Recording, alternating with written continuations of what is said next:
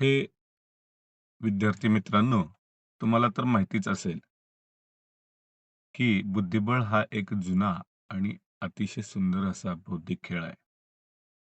याला मेंदूचा व्यायाम असेही म्हणतात. आज आपण या खेळाचा पहिला धडा शिकणार आहोत. आपल्यापैकी बऱ्याच जणांना बुद्धिबळ खेळाचा अनुभव असेल, पण जे नवखे आहेत त्यांच्यासाठी हा पहिला धडा. बुद्धिबळामध्ये आपण पाहत असल्यासारखे 64 घर असतात किंवा 64 चौकोनांचा हा खेळ असतो. 64 चौकोन असणाऱ्या बोर्डावरती हा खेळ खेळला जातो. आणि यामध्ये प्रत्येक खेळाडूकडे 16 मोहऱ्या असतात. पांढऱ्या 16 मोहरा आणि काळ्या 16 मोहरा. त्यामध्ये एक राजा, पांढरा एक राजा, काळा एक राजा, एक राणी, पांढरी राणी, काळी राणी त्यालाच क्वीन असं पण म्हणतो आपण. हत्ती, घोडा, उंट असे 2-2 सेट. त्याचबरोबर 8 सैनिक. आता यामध्ये राजा जो आहे, तो सर्वात महत्वाचा मोर आहे. तो एका पावलाने कुठेही चालू शकतो. कोणत्याही दिशेला चालू शकतो. राणी अर्थात क्वीन ही सर्वात शक्तिशाली मोहर आहे. ती सरळ, आडवी किंवा उभ्या कोणत्याही दिशेने चालू शकते. हत्ती हा फक्त सरळ किंवा आडव्या दिशेने चालू शकतो. उंट जो आहे, तो तिरप्या दिशेने चालतो. आणि घोडा यल आकाराने यल आकाराने 2 घरे सरळ, 1 घर बाजूला, 2 घरे सरळ, 1 घर बाजूला असं कोणत्याही एका दिशेला, एका ठिकाणी तो चालू शकतो. आता आपण यातले काही मूव्ह जे आहेत, ते कॉम्प्युटर सोबत खेळून दाखवणार आहे. आठी सैनिक म्हणजे प्यादे त्याला इंग्रजीमध्ये पॉन म्हणतात. हे जे आहेत, ते आपल्या घरातून निघत असताना 2 घर चालू शकतात किंवा 1 घर चालू शकतात. ज्यावर आपल्याला जशी सिच्युएशन आहे, खेळामध्ये जी मागणी आहे, त्या पद्धतीने खेळणे अपेक्षित आहे. 2 घरे अशी सरळ सैनिक चालू शकतात. आता पहिल्यांदा आपण यातल्या बिशप या आपल्या मोहऱ्याची चाल बघूया. हा जो बिशप आहे, तो तिरका चालू शकतो. म्हणजे हा पांढऱ्या रंगामधला बिशप आहे, उंट आहे. हा तिरक्या रंगाने त्याला जिथपर्यंत जागा आहे तिथपर्यंत तो चालू शकतो. आता तुम्ही म्हणाल फक्त याच बाजूने हा बिशप जाईल का? ह्या दिशेने दुसऱ्या दिशेने जाऊ शकणार नाही का? तर त्याला जिकडे जागा आहे, जिकडे रस्ता आहे त्याच दिशेने तो जाऊ शकतो. मला वाटलं तर मी या घरापर्यंत पण बिशप घेऊ शकेन. मला जर वाटलं इथं घ्यायचं तर मी इथं पण घेऊ शकेन. मला वाटलं मी कडेपर्यंत जाईन, तर तिथपर्यंत जाईन. पण तिथे गेल्यानंतर तो मरणार आहे. अशा पद्धतीने आपल्याला बिशप या मोहऱ्याची चाल समजून घ्यावी लागते. आता काळा बिशप, काळ्या रंगातला जो बिशप आहे, तो कसा चालेल? असा काळ्या काळ्या दिशेने, काळ्या घरातनच तो चालेल.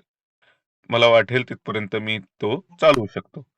प्रतिस्पर्धी जो आहे त्याला अनुसरून आपल्याला उत्तर दिसेल.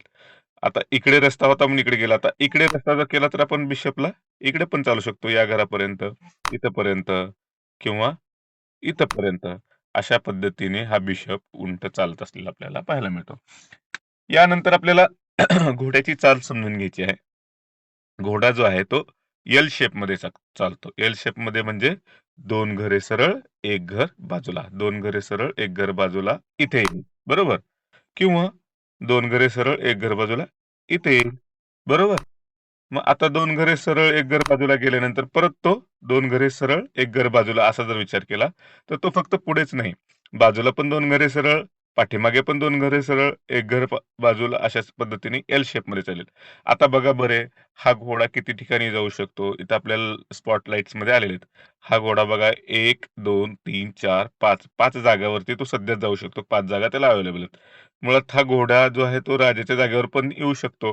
परंतु बुद्धिबळामध्ये हा एक नियम आहे, की आपलेच मोहरे आपल्याच मोहऱ्याच्या जागेवरती जाऊ शकत नाही. जिथं आपला मोहरा आहे तिथं किंवा सोंगटी आहे तिथं आपल्याच रंगाच्या मोहऱ्यावरती आपण जाऊ शकत नाही. त्यामुळे राजाच्या जागेवरती हा घोडा आपल्याला स्पॉटलाइट दाखवताना दिसत नाही. मग आता हा घोडा इथे जाईल, कधी हा घोडा इथे जाईल, कधी हा घोडा इथे जाईल, कधी हा घोडा इथे जाईल, कधी हा घोडा इथे जाईल. अशा पद्धतीने एल शेपमध्ये आपल्याला हा घोडा चालत असलेला पाहायला मिळतो. एल शेपमध्ये म्हणजे 2 सरळ, 1 बाजूला. 2 सरळ, 1 बाजूला म्हणजे इथं आपण जर समोर बघितलं 2 सरळ, 1 बाजूला इकडे येईल किंवा जर आपण बघितलं दोन सरळ एक बाजूला म्हणजे इकडे येईल. दोन सरळ, आता दोन सरळ एक बाजूला दोन घरं झाली. आडव्या बाजूला पण असंच दोन सरळ एक बाजूला.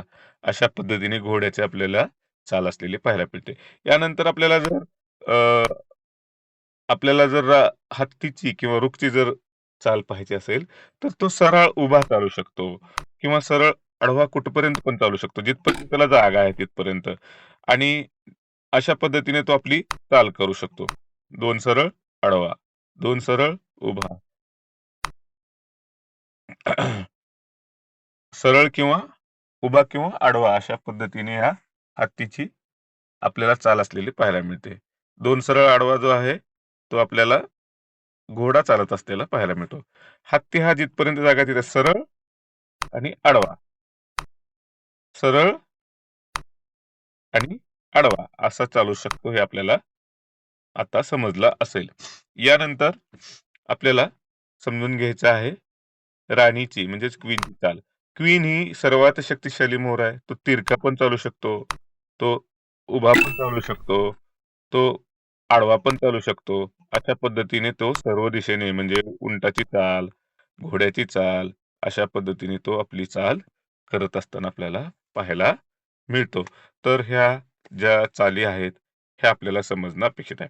आणखीन एक महत्वाची गोष्ट, की ज्या वेळेला आपण बुद्धिबळाचा पट हा मांडत असतो, त्यावेळेला तो मांडत असताना आपल्या उजव्या हाताला आता बघा बरं, आपला उजवा हात कोणता आहे? हा उजव्या हाताचा जो कोपरा आहे तिथे कोणत्या रंगाचा आपल्याला स्क्वेअर दिसतो? तर तिथं आपल्याला पांढऱ्या रंगाचा स्क्वेअर असलेला दिसतो. म्हणजे बुद्धिबळाचा पट मांडताना नेहमी उजव्या हाताला आपल्या पांढऱ्या रंगाचा चौकोन आला पाहिजे. मग तुम्ही काळ्या सोंगट्या घ्या किंवा पांढऱ्या सोंगट्या घ्या.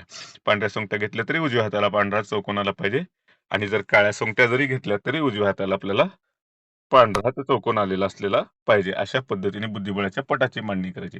आणि यातील जे मोहरे आहेत, हत्तीची जागा ही कोपऱ्यालाच असते, दोन्ही कोपऱ्याला हत्ती असतो. घोडा हा हत्तीच्या बाजूला असतो. उंट हा बिशप हे जे आहेत ते घोड्याच्या बाजूला. आणि पांढरा राजा हा काळ्या घरामध्ये असतो आणि काळा राजा हा पांढऱ्या घरामध्ये असतो. आणि त्याच्या बाजूला काय असते? राणी असते, क्वीन असते. तर ह्या सगळ्या गोष्टी आपल्याला आजच्या या व्हिडिओ सेशन मध्ये समजल्या असतील. ठीक आहे, तर आपण थांबतोय. धन्यवाद.